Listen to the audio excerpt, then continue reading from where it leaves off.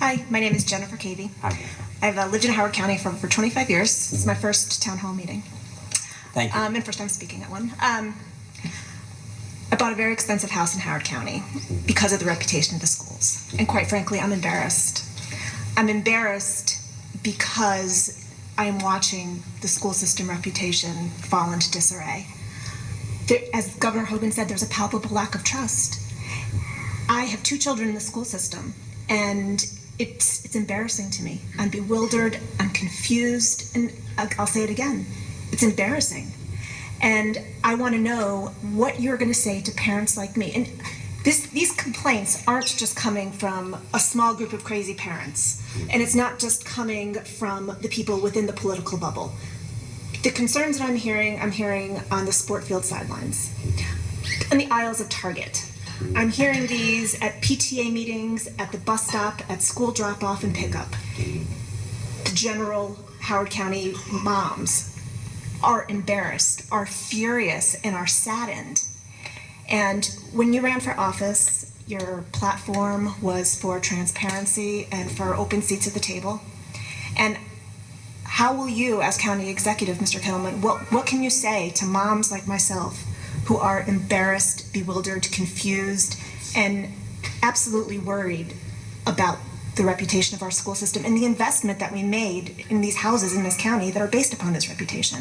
What do you say, and will you demand change? Okay. And when you say, I just want to make sure I understand it, are you talking more about the lack of transparency concerns? Are you talking more about what specifically is happening inside the schools? That's what I kind of want to make sure. Sure. I'm talking specifically about what happened with Dr. Fuse's contract, which we've already discussed. I'm talking about possibly concealing a health crisis at the middle school, which you've also addressed.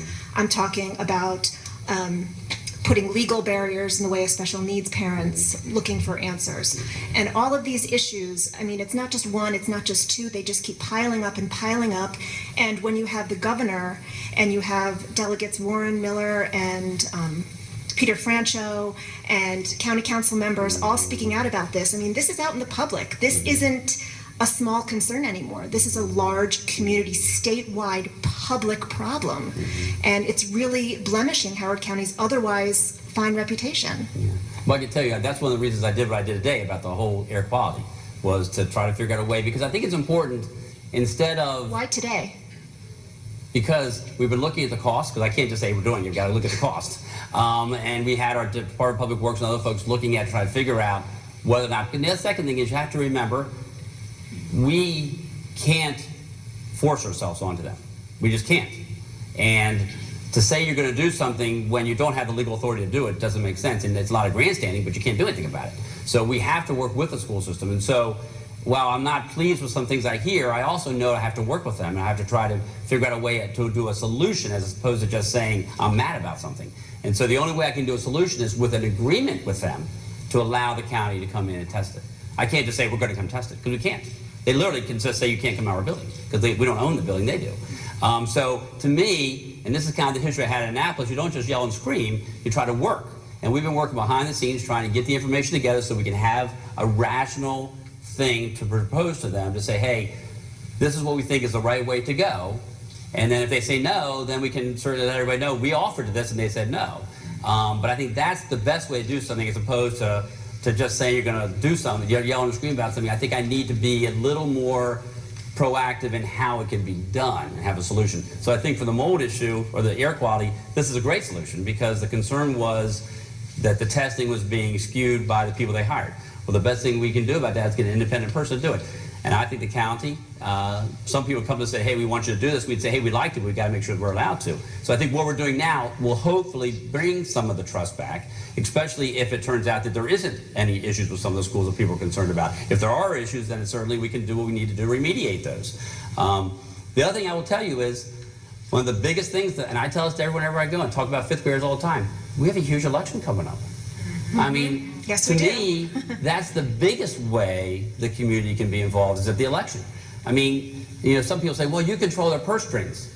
Well, if you know the way the state law works with maintenance of effort, I'm required by state law to give them an increase every year. And I think this year the maintenance of effort is $10.9 million. I mean, if I do less than that, the state technically could take away some of their state funding. And so I really don't have that option. I mean, some people think, oh, just you got the purse strings on. I really don't. You also have the bully pulpit. I do have, and that's kind of what I'm working on today. Right, so- And it's also something where I think I need to also be the kind of person that works with people, knowing that I've got to work with them. In Annapolis, you have Republicans and Democrats, and you can scream and yell as a Republican, and you get nothing done because you only have 12 or 14. Instead, what you do, you have to talk to them, and you have to talk to them, and sometimes you talk to them quietly, and it doesn't have to have a million people in the room, because you're trying to work out something to make a difference instead of just being on the newspapers or being on TV or having your name patched somewhere and saying, hey, rah, rah, that person yelled about it. No, I think it's good for citizens to express their concerns, but I think it's good for elected officials to try to solve the problem. And so that's what I'm working on, trying to solve the problem. Solve the problem and also come out affirmatively stating that you are going to solve the problem and that Yeah. these are problems that you're looking to solve, No, as no opposed to question about it. denying that problems exist in the first And place. So I think thank the you. other issue about transparency is the huge thing, and communication is the huge thing. And as I just said before, that's why I do this. Seriously, I mean, I don't know if you, I can't remember any prior elected official who held these types of town halls when they were in office. I don't remember any in Howard County. And I also don't remember hardly any who did it in the election year last time. I did it 6 times. And so this is what I think everyone needs to do. And I would think we do a whole lot better if the Board of Education did it, and if the county council members did it, and other state delegation members did it, consistently, not just one time, but consistently, maybe 2 or 3 times a year. Go around the community, let people have a chance to tell you what's going on, because, how better for me to know what's going on. So I appreciate you taking the time to come out, but that's why I'm here, to show that I am listening and I am transparent and making sure everybody has an opportunity to express their views. Again, and if people aren't happy, that's what elections are all about. You got it. Thank you. Thank you. Thank you.